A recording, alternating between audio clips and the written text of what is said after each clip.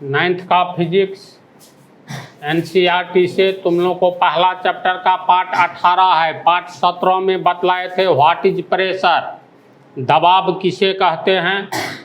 अब पार्ट 18 में बतलाएंगे 1 पास्कल दाब किसको कहेंगे, 2 पास्कल, 3 पास्कल, 1000 पास्कल दाब किसको कहेंगे। तो पिछले पार्ट की बात को याद करो। प्रेशर यानी दबाव किसे कहते हैं, तो इकाई क्षेत्रफल पर लगने वाला बल को दबाव कहते हैं, प्रेशर कहते हैं। तो इकाई क्षेत्रफल पर लगने वाला बल को दबाव कहते हैं। तो इसका अर्थ है, याद करो बतलाए थे, अगर क्षेत्रफल को हम लोग एरिया को ए से डिनोट करें, ए से प्रकट करें, तो ए क्षेत्रफल पर अगर एफ बल काम कर रहा है तो इसीलिए इकाई क्षेत्रफल पर कितना बल काम करेगा, तो एफ बाई ए, यानी इसी को इकाई क्षेत्रफल पर कितना बल लग रहा है, तो एफ बाई ए बल लग रहा है। तो इसी बल को हम लोग प्रेशर कहते हैं, यानी दाब। दाब बराबर हो गया एफ से बल, फोर्स, ए से एरिया यानी क्षेत्रफल, बल बटा क्षेत्रफल। इसी के आधार पर हम लोग निकाले थे दाब का एसआई यूनिट क्या होगा। तो दाब का एसआई यूनिट का अर्थ हो गया बल का एसआई यूनिट न्यूटन, तो न्यूटन को एन से व्यक्त करेंगे, है ना। और क्षेत्रफल, क्षेत्रफल का एसआई यूनिट मीटर गुने मीटर, मीटर स्क्वायर, तो मीटर स्क्वायर यानी एम स्क्वायर। तो दाब का यूनिट हो गया एसआई यूनिट न्यूटन बटा मीटर स्क्वायर। तो बटा को प्रति बोलते हैं, यानी न्यूटन प्रति वर्ग मीटर होगा ना, न्यूटन प्रति वर्ग मीटर। तो फिर इसका अर्थ हो गया न्यूटन प्रति वर्ग मीटर को क्या कहते हैं, तो पिछले पार्ट में बतलाए थे पास्कल कहते हैं। पास्कल एक साइंटिस्ट का नाम था जिसके सम्मान में न्यूटन प्रति वर्ग मीटर को पास्कल बोला गया। इतना का नाम ही दे दिया पास्कल साइंटिस्ट के सम्मान में। तो एक न्यूटन को एन से व्यक्त करेंगे प्रति, जैसे 2 न्यूटन प्रति वर्ग मीटर को 2 पास्कल बोलेंगे, वही बतलाने जा रहे हैं। देखो ना, सबको दिमाग में बात आ जाएगी। न्यूटन के लिए एन प्रति, ये हो गया प्रति को व्यक्त करता है, और वर्ग मीटर, तो वर्ग मीटर को एम स्क्वायर, यानी इसको हम लोग कहेंगे पास्कल। पास्कल को ये बतलाए थे पी ए से व्यक्त करेंगे, तो इसको पास्कल कहेंगे, यानी पास्कल बराबर न्यूटन प्रति वर्ग मीटर। पीए से व्यक्त करेंगे नहीं बतलाए थे। तो पास्कल के लिए हम लोग पास्कल, इसको पीए से व्यक्त करेंगे, ये संकेत हो गया, समझा। जैसे न्यूटन के लिए एन का प्रयोग करते हैं ना, और मीटर के लिए एम का, तो याद रखना पास्कल के लिए हम लोग पीए का प्रयोग करेंगे, बड़ा पी स्मॉल ए, याद रह जाएगी बात। तब सवाल पैदा होता है 1 पास्कल किसको कहेंगे। अगर तू लोग लिखते हो x, तो इसके पीछे कुछ नहीं है तो 1 है, और 2x लिखेंगे तो इसका मतलब x 2 ठो। तो पास्कल बराबर न्यूटन वर्ग मीटर, न्यूटन प्रति वर्ग मीटर।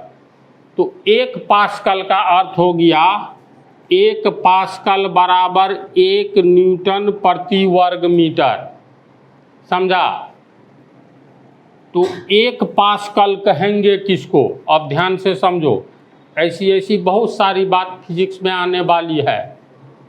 ज्यों-ज्यों क्लास आगे बढ़ेगा, चैप्टर आगे बढ़ेगा, तो इस तरह की बात आएगी। जैसे 1 न्यूटन किसे कहते हैं, इसी चैप्टर में ये 5-6 पार्ट चलेगा और लास्ट होगा तब अगला चैप्टर है तुम लोगों को गति के नियम, यानी गति है स्पीड। इसके आगे वाला चैप्टर है गति के नियम, न्यूटन का गति का नियम, ये सब आता है।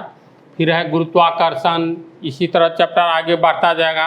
तो 1 न्यूटन किसे कहते हैं, इलेक्ट्रिसिटी पढ़ोगे तो 1 ओम किसे कहते हैं, 1 एम्पियर किसे कहते हैं, तो 1 पास्कल किसे कहते हैं, तो 1 पास्कल किसे कहते हैं, तो इसका अर्थ है 2 पास्कल किसे कहेंगे, 10 पास्कल किसे कहेंगे। तो पास्कल कहते हैं किसको, तो न्यूटन प्रति वर्ग मीटर को पास्कल कहते हैं। जब नहीं समझना तो हर हाल में बोलना साइंस है। तो 1 पास्कल का अर्थ होता है 1 न्यूटन प्रति वर्ग मीटर। 1 पास्कल को हम ये नहीं बोल सकते न्यूटन। क्या बोलेंगे, बतला रहे हैं। तो 1 पास्कल किसे कहते हैं, तो अब देख लो, जैसे क्वेश्चन है हम लिख देते हैं, परिभाषित करें 1 पास्कल प्रेशर, यानी सिर्फ 1 पास्कल किसे कहते हैं, इसको तो पास्कल PA बराबर 1 न्यूटन प्रति वर्ग मीटर। पास्कल बराबर 1 न्यूटन प्रति वर्ग मीटर। तो पास्कल के पीछे कुछ नहीं लगा है, तो इसका मतलब 1 लगा है। N/m² के पीछे कुछ नहीं लगा है, तो इसका मतलब 1 लगा है। अगर कहीं पर लिखा रहे हैं ना x बराबर y, तो इसको हम लोग कहते हैं 1x है, ये 1 छिपा हुआ है और y के पीछे कुछ नहीं है तो 1y है। तो पास्कल के पीछे कुछ नहीं है तो 1 है। N न्यूटन बटा मीटर स्क्वायर के पीछे कुछ नहीं है शुरू में अंक, तो इसका मतलब 1 है। तो 1 पास्कल किसे कहेंगे, तो इसके पीछे भी 1 छिपा हुआ है, इसके पीछे भी 1 छिपा हुआ है। तो ऐसे परिभाषित करो, N से न्यूटन हुआ, न्यूटन किसका यूनिट है, तो फोर्स, बल का। न्यूटन के गति के नियम में बतलाएंगे ये। तो 1 न्यूटन का बल, अगर मान लो ये इस बोर्ड पर ये जगह छांट लो, इतना, ये ABCD, इसका क्षेत्रफल कुछ न कुछ होगा न जी। तो मान लो ये 1 मीटर है, DC की लंबाई 1 मीटर और BC भी 1 मीटर है। ये वर्गाकार है, कोई तख्ता है या ज़मीन का पार्ट है या बोर्ड का ही ये ऐसा पार्ट है जो DC की लंबाई 1 मीटर, BC की लंबाई 1 मीटर, यानी ये वर्गाकार जगह हो गया। तो इसका क्षेत्रफल कितना होगा, लंबाई गुने चौड़ाई। तो लंबाई गुने चौड़ाई एरिया, यानी इसका एरिया होगा लंबाई गुने चौड़ाई। तो लंबाई है 1 मीटर और चौड़ाई भी हो गया 1 मीटर। तो 1 गुने 1 बराबर 1 और मीटर गुने मीटर, मीटर स्क्वायर। अब ये 1 वर्ग मीटर, ये तो इकाई क्षेत्रफल हो गया, नहीं हुआ। अब इस 1 वर्ग मीटर पर मान लो इसी के द्वारा, मार्कर के द्वारा हम मात्र 1 न्यूटन का बल लगाएंगे। तो ये 1 न्यूटन का बल कितने क्षेत्रफल पर लग रहा है, 1 वर्ग मीटर पर लग रहा है। तो इस एरिया इतना को काट करके हटा दो, मात्र इतना पर ही सोचो। इसका क्षेत्रफल 1 वर्ग मीटर है और इस पर हम 1 न्यूटन का बल लगा रहे हैं। तो कहा जाएगा, देखो 1 न्यूटन प्रति वर्ग मीटर, यानी 1 वर्ग मीटर। प्रति का मतलब 1, कहते हैं ना प्रति व्यक्ति आमदनी इस परिवार में 500 रुपया है। तो प्रति का अर्थ क्या हुआ, 1। प्रति सप्ताह आना है, यानी प्रत्येक सप्ताह आना है, 1 सप्ताह में 1 बार आना है। तो प्रति वर्ग मीटर 1 न्यूटन का बल जब काम करता है, 1 वर्ग मीटर पर 1 न्यूटन का बल जब काम करेगा तो कहा जाएगा 1 पास्कल का दाब काम कर रहा है, 1 पास्कल का प्रेशर काम कर रहा है। समझ रहे हो बात को? तो 1 पास्कल किसे कहेंगे? जब 1 वर्ग मीटर क्षेत्रफल पर 1 न्यूटन का बल काम करे। ध्यान से सुनो, 1 वर्ग मीटर, यानी इसको कैसे पढ़ेंगे? न्यूटन प्रति, बटा को कहेंगे प्रति, मीटर स्क्वायर को वर्ग मीटर। तो 1 न्यूटन का बल अगर 1 वर्ग मीटर क्षेत्रफल पर काम कर रहा है, या 1 न्यूटन का बल प्रति वर्ग मीटर पर काम कर रहा है, यानी लग रहा है, तो कहा जाएगा प्रति वर्ग मीटर पर कितना प्रेशर लग रहा है, दाब। तो 1 पास्कल का दाब काम कर रहा है। समझ रहा है? फिर इसी को ऐसे सोचो, 2 पास्कल, 1 पास्कल बराबर 1 न्यूटन प्रति वर्ग मीटर, तो 2 पास्कल बराबर 2 न्यूटन प्रति वर्ग मीटर। ठीक है? इसी तरह कहेंगे 3 पास्कल बराबर, तो बराबर के पहले 2 से गुना किया तो आगे भी 2 से गुना करो, इक्वेशन का नियम है। बराबर के पहले 3 से गुना करोगे तो बराबर का आगे भी 3 से गुना करो, तो 3 न्यूटन प्रति वर्ग मीटर। बराबर के पहले अगर 20 से गुना करोगे तो 20 पास्कल बराबर, बराबर के आगे भी 20 से गुना करो, 20 न्यूटन प्रति वर्ग मीटर। समझ रहा है बात को? तो 1 पास्कल की परिभाषा होगी, यदि 1 न्यूटन बल प्रति वर्ग मीटर पर काम कर रहा है तो इसे 1 पास्कल कहेंगे। ठीक है? 2 पास्कल किसे कहेंगे? तो यहाँ पर न्यूटन प्रति वर्ग मीटर, यानी न्यूटन बटा वर्ग मीटर ऐसे लिखते हैं। तो इसका अर्थ हुआ, यहाँ भी 1 है, और बटा का अर्थ ही होता है प्रति। तो 2 पास्कल का अर्थ हुआ, यदि 2 न्यूटन का बल 1 वर्ग मीटर क्षेत्रफल पर काम कर रहा है तो उस पर लगने वाला प्रेशर को 2 पास्कल कहेंगे। समझते जाओ। 3 पास्कल किसे कहेंगे? तो 3 न्यूटन प्रति वर्ग मीटर। अगर प्रति वर्ग मीटर क्षेत्रफल पर 3 न्यूटन का बल काम कर रहा है तो उस पर लगने वाला, यानी प्रति वर्ग मीटर पर लगने वाला प्रेशर को, दबाव को 3 पास्कल कहेंगे। समझ रहा है शेष? 15 पास्कल किसको कहेंगे? बोलो। 15 पास्कल बराबर 15 न्यूटन प्रति वर्ग मीटर।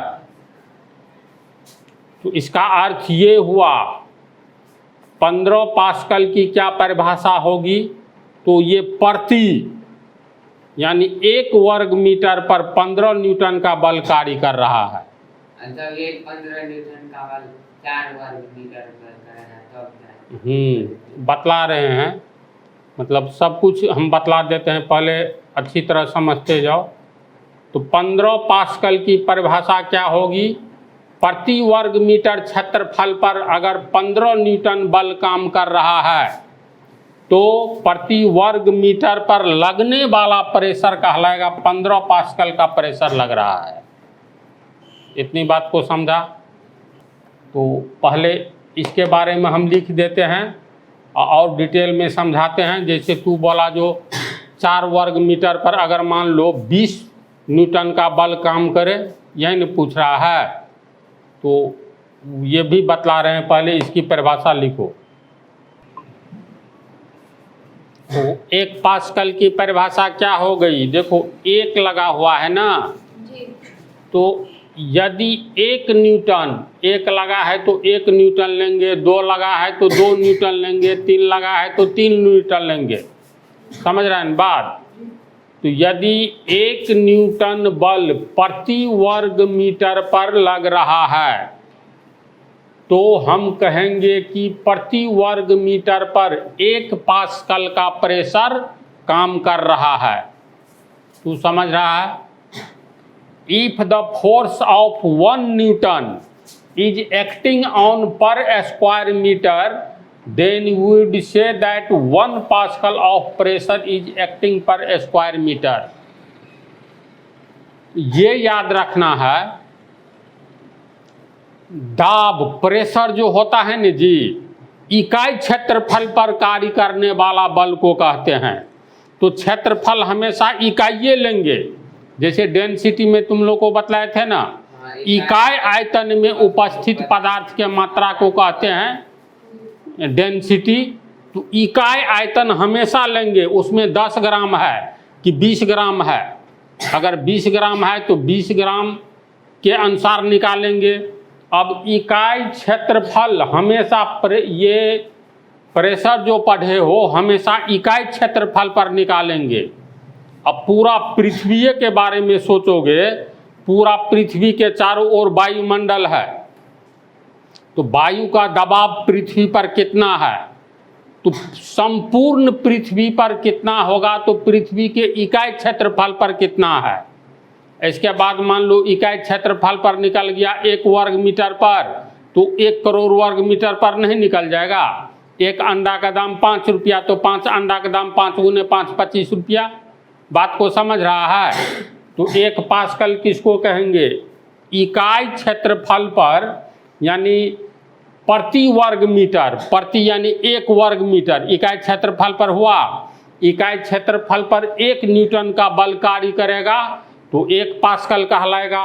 इकाई क्षेत्रफल पर 2 न्यूटन का बल कार्य करेगा तो 2 पास्कल कहलाएगा। इकाई क्षेत्रफल पर 50 न्यूटन का बल लग रहा है तो 50 पास्कल कहलाएगा। बात को समझ रहा है? तो 2 पास्कल प्रेशर किसे कहेंगे? इकाई 1 वर्ग प्रति वर्ग मीटर पर 2 न्यूटन का बल लग रहा है तब 2 पास्कल कहलाएगा। 4 पास्कल किसे कहेंगे? प्रति वर्ग मीटर पर 4 न्यूटन का बल लग रहा है। 10 पास्कल किसे कहेंगे? प्रति वर्ग मीटर पर 10 न्यूटन का बल कार्य कर रहा है। कंसेप्ट बना इसका, बोलो। तो इसी के आधार पर इसका भी परिभाषा लिखा जा सकता है।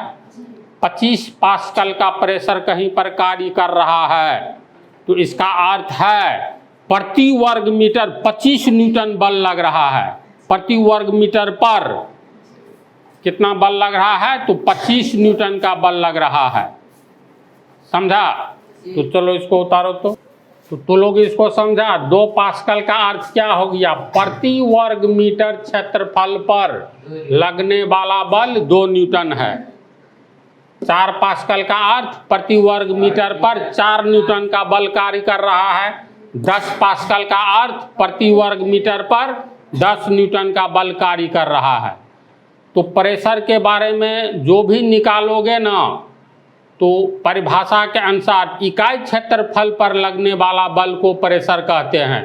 सब्जी खरीदने के लिए जाते हो तो रेट पूछते हो ना जी। तो मान लो परवल खरीदने के लिए गया तो पहले रेट पूछोगे कैसे है परवल, तो ये नहीं न कहता है 6 किलोग्राम का 40 रुपया। ये कहता है जो मान लो 20 रुपये प्रति किलोग्राम कहेगा या 15 रुपये प्रति किलोग्राम। तो रेट जो पूछा जाता है तो प्रति किलोग्राम के हिसाब से सब्जी बेचने वाली या बेचने वाला बोलता है कपड़ा ही खरीदोगे शर्ट का तो पूछोगे कैसे है कपड़ा, तो उन्हें न कहेगा 10 मीटर का 74 रुपया है, कहेगा 65 रुपये प्रति वर्ग मीटर कहेगा। जो भी कहेगा, सॉरी वर्ग मीटर कहते हैं, 65 रुपये मीटर है, यानी 1 मीटर का दाम 65 रुपया। तो प्रेशर में भी 10 पास्कल का अर्थ हो गया प्रति वर्ग मीटर पर 10 न्यूटन का बल कार्य कर रहा है। 50 पास्कल का अर्थ प्रति वर्ग मीटर पर 50 न्यूटन का बल कार्य कर रहा है। तो इसको अच्छी तरह समझ गया। अब मान करके चलो 10 किलोग्राम चावल का दाम 200 रुपया है तो चावल का रेट ज्ञात करें। तो 10 किलोग्राम का 200 रुपया है, इसलिए 1 किलोग्राम का 200/10 रुपया यानी 20 रुपये प्रति किलोग्राम। तो अगर मान लो तुम्ही लोग को कहा जाए जो 50 वर्ग मीटर क्षेत्रफल पर, सुनो, 50 वर्ग मीटर क्षेत्रफल पर, क्षेत्रफल एरिया हो गया, एरिया से क्षेत्रफल 50 वर्ग मीटर है, और इस पर कितना बल कार्य कर रहा है, तो F मतलब फोर्स, बल। मान लो इस पर 25 न्यूटन का बल लग रहा है, तो कहेगा जो प्रेशर ज्ञात करे।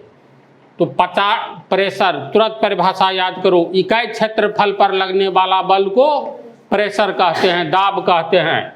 तो इसके अनुसार क्या निकालेंगे, चूंकि 50 वर्ग मीटर क्षेत्रफल पर 25 न्यूटन का बल लग रहा है ना, इसीलिए इकाई क्षेत्रफल पर 25/50 न्यूटन का बल लगेगा। काट करके 1/2 यानी 1/2 यानी 0.5 होगा, 1 में 2 से भाग देने पर, तो 0.5 न्यूटन का बल काम कर रहा है प्रति वर्ग मीटर, यानी मीटर स्क्वायर पर काम कर रहा है। तो कितना पास्कल का दाब लग रहा है, बोलो। 0.5 पास्कल का प्रेशर कार्य कर रहा है प्रति वर्ग मीटर पर 0.5। समझा? कोई चीज़ पूछना है तो बोलो। नहीं ना? तो ये हुआ तुम लोगों को दाब का परिभाषा। इसके अगले पार्ट में बतलाएंगे सामान्य दाब, नॉर्मल प्रेशर किसे कहते हैं, अगले पार्ट में।